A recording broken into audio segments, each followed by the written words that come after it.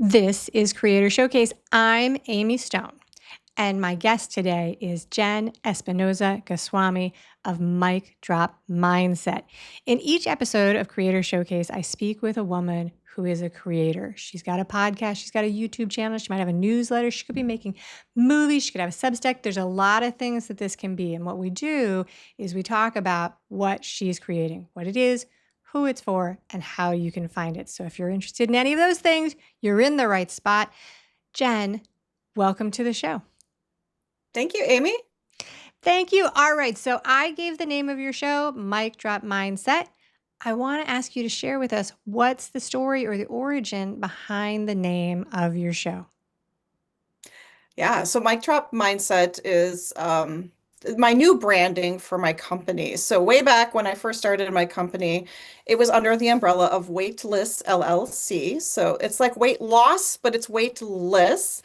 And that was by intention because I started speaking on stages around my health transformation story, which had to do with losing 100 pounds back in my early 20s. I shifted away from that branding and moved into my own umbrella, which is called Jenn Spin Go. You'll see part of it in my background here. And that's Jenn with two N's. But what I do now is I help other speakers, creatives, coaches, and consultants monetize their message. And what better thing to learn than to deliver mic drop moments on stage that make an impact and leave a lasting impression with your intended audience. Very good. I think it's a very self-descriptive title of a show, and I would have guessed that that was what it was about. Tell us a little bit about the format of your show. Is it audio? Is it solo? Is it interviews? Is it on YouTube? What is the format? Well, as most speakers do, I really prioritize video. So what I did was I found a local studio here in Minneapolis, Minnesota, where I live.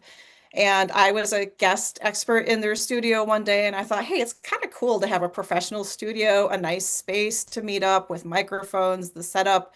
They think through the logistics of it, and I just show up. So it is a video, in-person studio podcast, and it's mostly solo episodes. So my episodes are me talking to the camera, which is harder than it sounds. It is really hard to do, even as someone who speaks all of the time. But it's me talking to the camera, and I make sure I ask my audience what they want to hear more about. But I also quarterly bring in different coachees. So I will invite people on my email newsletter list and ask them what they want to learn more about when it comes to the mindset and mechanics of the speaking industry. And from time to time, if you review my podcast, if you have a really good question you're suggesting, I ask if you'd like to come into my studio here in Minneapolis. So I do have an opportunity for people virtually to also come and be coached on my podcast, but you have to be willing to be coached on air. So it's a combination of solo episodes and coaching on the podcast. Lovely, lovely. Okay, so now from the other direction, how would you describe your potential audience of this show? What are the type of people that should be watching and listening? Yeah, I mean, anyone is welcome to listen because I bridge the gap between presentation skills coaching. So some of my coaches who are in the studio, they're learning about how to deliver mic drop moments through their presentation. So that's a combination of the language and phrasing you're using or the content, the delivery in which you're producing that. And I have a resource called Elevate Your Presentation with the 3 E's, where you can self-assess where you stand with your delivery. But I also help people with building their speaking business. So this is not for hobbyists. This is not for people who say, yeah, I'll speak if someone invites me and if the environment is good, or I'll speak if you ask me to. This is for people who want speaking to be a regular and consistent part of what they do in the world. And you want to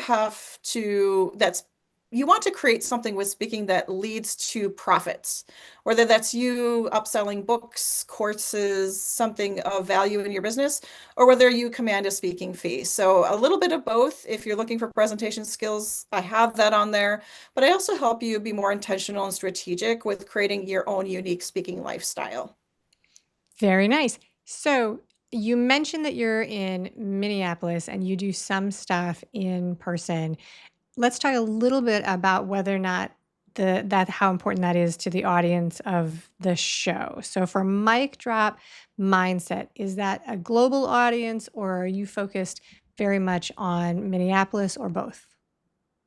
Actually, I would say it's more North America audience. Listeners can be from anywhere, so you're not excluded from the conversation if you're outside of North America or the Western Hemisphere. In terms of bringing guests in, I can bring you in from anywhere virtually. I just tested that out recently and it worked like a charm. So that is something that could be potentially for you, but I don't deal with the specifics of international speaking. So if you're speaking outside of North America, there might be some considerations like if you're speaking in the UK, in Australia or New Zealand, there are some specific contracting and other requirements and pricing considerations that don't apply to people who are just in the US market. So while you can be from anywhere in the world, some of those specific considerations having to do with speaking business and contracts and things like that, I would not be able to help you with. So yeah, absolutely come and listen for the presentation skill side of it. And you don't have to be in Minneapolis to take advantage of participating on one way, shape, or form. I work with clients all across the world, so I can certainly work within your time zone. But yeah, it's for anyone who wants to be a better speaker. Anyone who wants to be a better speaker. Very good. Okay, so let's talk a little bit about what was your intention personally when you started the show, like the origin story of the show. What was your motivation behind putting this out in the world? Ooh. So if you've ever been in the speaking industry or played around with the different advice that's given to you in the speaking industry, they say you have to have a book, you have to have a signature talk, you have to have a podcast, you have to have all three in some cases. And so I have most of those things. I don't have a book yet. And it came to a place where I was prioritizing video content on social media. I usually hang out on LinkedIn mostly. YouTube is my preferred channel. Of course, I keep speaking footage of myself for my speaking engagements, and people want to see you in action. So it made sense for me to choose a video podcast over perhaps writing a book, which would take me several years and is harder to monetize than a podcast. I don't monetize my podcast. There's no ads on there. It's uninterrupted. So don't worry about that. But I really appreciate connecting with folks through long form content, and a video podcast made the most sense. That's a wonderful story. Okay, so what would you say, in your opinion, as the creator of Mic Drop Mindset, what would you say makes your show unique? One of the audiences in particular that I've been trying to reach, I do want to create a presence for speakers in the Midwest region of the United States. So there are some places you can hang out, but not many of them are hanging out in the Midwest. So I do want to kind of be a hub for people in this area of the country because when we think of speaking, we think of New York, we think of California, the coasts, we think of Florida, Vegas, places with high tourism and lots of hotels. I want this to be a hub for the Midwest, but I also want it to be a hub for people who are underrepresented in the speaking industry. So this includes women of color. This includes people with different abilities, neurodivergent folks, super creative, awesome, amazing folks who perhaps are not getting their names dropped in the rooms that you want to be in. If you look at most of the speakers who are working the circuit full time and earning good money doing it, they're white, they're male, they're sometimes female, they're sometimes black males, but it doesn't feel representative of our greater population. And so I want to create more spaces and places for voices like that. So can I add to your list or can I press on that a little bit and say, because I think you are speaking my language here. What about and this is especially with video, people who are not, say, young, because that's one of like as we go into video, we don't often see people who are representative of midlife and older outside of politics. Absolutely. And I would also say people who are differently abled. I Yes. think video and audio opened up a lot of doorways for people who maybe have disabilities or things like that that would prevent them from physically getting on a stage. Suddenly, the level playing field is there for people who can suddenly show up from their homes, show up in spaces where they can navigate comfortably and still provide their message out there. I think that's a very interesting topic. I would say I've done a couple of interviews also with people who have a different kind of, they've crossed a different kind of bridge. The technology has made it a lot easier for people because with the voice activated technology, people with sight issues, they now can navigate online with a lot more ease than several years ago. So Yes, and it's I'm very all cool. for that. For Yeah. people who previously weren't in this industry, we want to hear from you. So let's Yeah. see more of you out there. Love that. I love that. All right. So, has there been a moment where you got the sensation or the feeling or the realization that the show is catching on, gaining momentum, or dare I say, working? Well, I'm relatively new to this podcast. I started it in February of this year. So I'm only like half of the year through this podcast, and I love it. But one of the things that really strikes me is I always reach out to my email newsletter folks and ask them what topics. I'll give them a list of topics and I'll say, hey, I'm going to the studio. I'm going to record right now. So if you're not on my email newsletter and you have ideas for me, join me, comment on my podcast. But I always ask people, what do you want to hear more about? And what always surprises me is what they come back with. But also, as I look at my downloads, sometimes the answer is different than what people are telling me before I record. So, for example, one of my most popular episodes of all time is Your Speaking Business, Your Rules. The truth about professional speakers. That has maybe triple the amount of downloads as anything else I've recorded. And a close second is one that I did not expect as well. Like I thought people would be curious about, how to get speaker bureau worthy, what to charge as your speaking fee. But no, what they really are resonating with is some of my coaching episodes where I'm coaching people in the studio, or one about how I got started on stages. I get tired of listening to my own story because I've heard it for 15, 16 years. But other people are like, oh, I didn't know that about you. I didn't understand that that's where you came from. And so for me, the podcast is a connection point for people, whether they're new to me or have been in my world for a little bit. It's a way for us to continue that conversation wherever we left it off.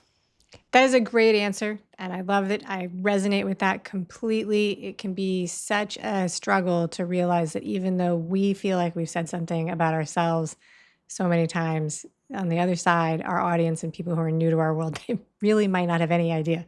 They really might not have any idea. That's a very, very good piece of advice. All right, now is the time, Jenn. Please share with us, what are the ways that you would like for people to come and find your show? Yes. Well, I publish on Apple, Spotify, Amazon, iHeartRadio, but really my main website is on Buzzsprout and YouTube. So I'm happy to provide those links to you. Mic Drop Mindset. And if you like watching the video, YouTube is the place to go because that's the only place I'm publishing the actual video. Otherwise, it's audio only on the other platforms. Yes, I know Apple allows you to publish video. I haven't figured out how to do that technically yet. So would love to have you come visit, or you can visit my website, Jenn with two N's, spingo.com. And I do have a link back to my podcast from there. Very nice. Jenn Espinosa-Goswami, thank you so much for sharing your story today on Creator Showcase. All of the links, you guys, will be in the show description in this YouTube video. Please like and subscribe and do all the things so you never miss anything coming out. Thank you for showcasing us creators. Thanks for watching. That's a wrap. The Creator Showcase is a copyrighted work created and produced by me, Amy Stone, and Amy Says So. The music was written and produced by Todd Thompson at Dharma Bomb Studios. All rights are reserved. Anything expressed on this show is offered as entertainment, and the views of the guests may not always represent or match the ideas and viewpoints of the host or other guests or anybody else involved. So, now the fine print. I, Amy Stone, do not intend to hold myself out as a professional providing advice or recommendations of any kind. In the end, you and you alone need to make those kinds of decisions based on your personal and individual situation, needs, circumstances, and comfort level. Yes, it's a little weird for me to speak about myself in the third person, but you get the idea.